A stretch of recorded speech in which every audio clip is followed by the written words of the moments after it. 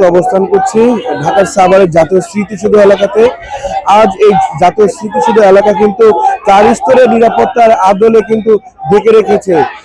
আমরা জানতে পেরেছি যে দীর্ঘ 17 বছর পরে কিন্তু জনাব তারেক রহমান বিএনপির ভারপ্রাপ্ত চেয়ারম্যান ঐতিহাসিক যে প্রত্যাবর্তন ঘটেছে আগামী গতকাল 25শে ডিসেম্বর, যে আপনারা দেখতেই পাচ্ছেন যে তাকে ঘিরেই কিন্তু আজকে এই জাতীয় স্মৃতিসৌধ এলাকাতে নেতাকর্মীদের আসলে অনেক উল্লেখযোগ্য যে ভিড় লক্ষ্য করতে পাচ্ছেন।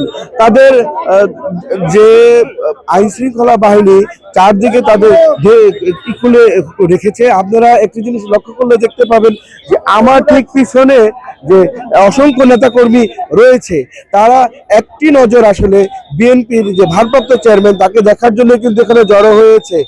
যে আজকে বিএনপির যে ভারপ্রাপ্ত চেয়ারম্যান জনাব তারেক রহমানের কর্মসূচি হিসাবে কিন্তু আজকে এই যে জাতীয় স্মৃতিসৌধে জাতির যে সূর্য সন্তানদের তাদের কিন্তু এই যে এই শ্রদ্ধা জ্ঞাপন করবেন।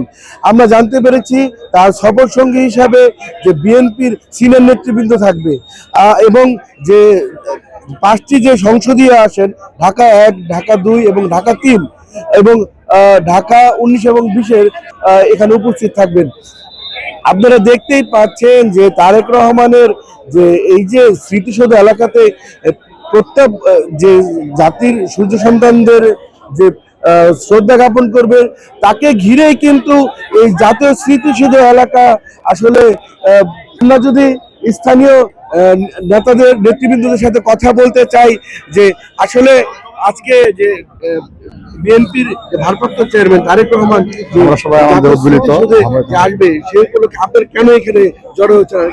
দীর্ঘ 17 বছর পরে আমাদের নেতা জনাব তারেক রহমান সাহেব আসতেছে। আমরা ধামরাই থানা আল্লাহ সুবিজুদ্দিনের পক্ষ থেকে আমরা সবাই গেছি উৎসবমুখর পরিবেশে তাকে দেখার জন্য, তাকে সম্মাননা জানানোর জন্য আমরা সবাই এসেছি। আমরা ধামরাইবাসীর পক্ষ থেকে আল্লাহ সুবিজুদ্দিনের পক্ষে আমরা সবাই এসেছি।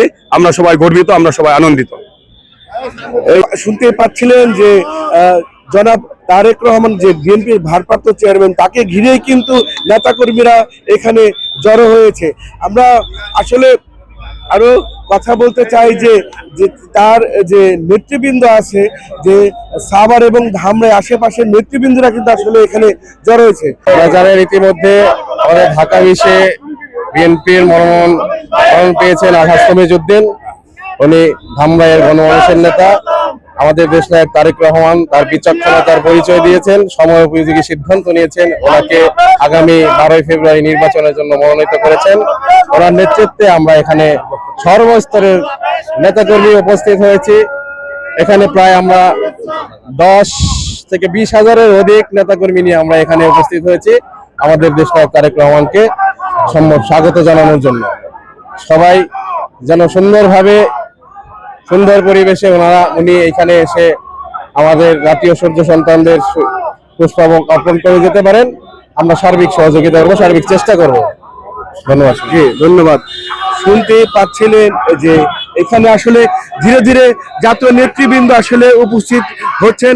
যে আমাদের মাঝে এই মাত্র উপস্থিত হচ্ছে ঢাকা 19 আসনের যে বিএনপি মনোনীত প্রার্থী যে ডক্টর সালাউদ্দিন।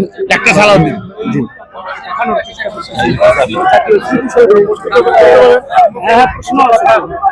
স্যার, গতকালকে সে বাংলাদেশে পা রেখেছেন, আজ সমস্ত ক্লান্তি মিলে এখানে আসছে, আপনার কেমন লাগছে? খুবই ভালো লাগছে, কারণ ঢাকা 19-এর অন্তর্গত একটি এলাকা হলো জাতীয় স্মৃতিসৌধ। সারা বাংলাদেশের মানুষ জাতীয় দিবসের নেতৃত্ব ধরে এখানে আসে ফুল দিতে। আমাদের প্রিয় নেতা 17 বছর পর দেশে এসে গতকাল দেশে এসছেন, তারপরের দিনে আজকে জাতীয় স্মৃতি আসছে। আমরা সবাই খুব উদ্বেলিত, আমরা আবেগে আপ্লুত এবং আমাদের মধ্যে যে স্পিরিট কাজ করছে মনে হচ্ছে অতীতের সমস্ত দুঃখ কষ্ট আমরা ভুলে গিয়েছি। আমি আমার নিজেকে ধন্য মনে করছি যে এরকম একটি জায়গায় আমি আগেও 2বার সংসদ সদস্য ছিলাম, এবারও আমি মনোনয়ন পেয়েছি। 12 ফেব্রুয়ারি 2026 সালের নির্বাচনে প্রতিনিধি হয়েছে। আল্লাহ যদি চায় তো জনগণ ভোট দেয়, হয়তো একটা গুরুত্বপূর্ণ দায়িত্ব নিয়ে সাভারবাসী ক্ষেত্র করবো। আমি যে কথা বলতে চাই, সাভারবাসী যে দিনে অপেক্ষা ছিল, হাজার হাজার লোক আজকে রাস্তায় দাঁড়িয়ে আছে। এখানে অনেকে আমি দেখতে পাচ্ছি আমি আজকে এমন একটি দৃষ্টান্ত সমাবেশে স্থাপন করবে, শৃঙ্খলার সাথে নেতাকে ভালোবাসার যে নিদর্শন তারা আজকে দেখাবে, যেটা অতীত দিনে দেখা নাই। অনেক জায়গায় ধাক্কা দেখি, হট্টগোল এবং অনেক রকম বিশৃঙ্খলা পরিবেশ আমরা জানি।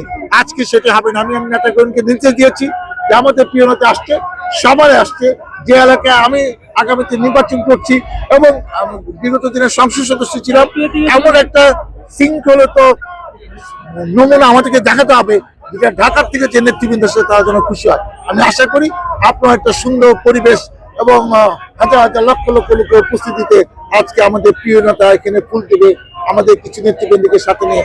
আমি মহান আল্লাহর কাছে শত কোটি শুকরিয়া, এরকম একটি সুন্দর অনুষ্ঠানে আমিও উপস্থিত থেকে সবার সাথে আমার প্রিয় নেতার সাথে ফুল দিতে পারবো। সবাইকে অনেক অনেক ধন্যবাদ।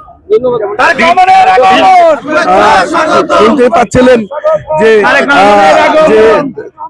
ঢাকা 19 আসনের যে বিএনপির মনোনীত প্রার্থী ডক্টর সালাউদ্দিন বাবু, তিনি তার নেতাকর্মীদের নিয়ে আসলে জড়ো হচ্ছে এই জাতীয় স্মৃতিসৌধ প্রাঙ্গণে। আপনারা দেখতেই পাচ্ছেন তাকে ঘিরেই কিন্তু এই জাতীয় স্মৃতিসৌধ এলাকা যে এক অন্যরকম যে আনন্দ উল্লাসে আসলে তাকে এক নজর দেখার জন্য এখানে জড়ো হচ্ছে হাজার হাজার লক্ষাধিক যে তার বিএনপির নেতাকর্মী। আপনারা ঠিক আমার অপোজিট সাইডে রাস্তা ঢাকার মহাসড়কে দেখতে পাচ্ছেন যে 20 আসনের আলহাজ তমিজউদ্দিন বিএনপির মনোনীত প্রার্থী, তিনি কিন্তু এই এলাকাতে অবস্থান নিচ্ছেন।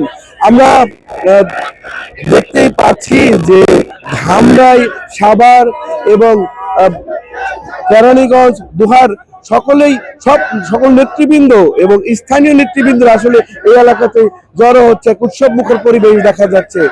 এই ছিল আসলে সাভারের জাতীয় স্মৃতিসৌধ এলাকা থেকে সর্বশেষ।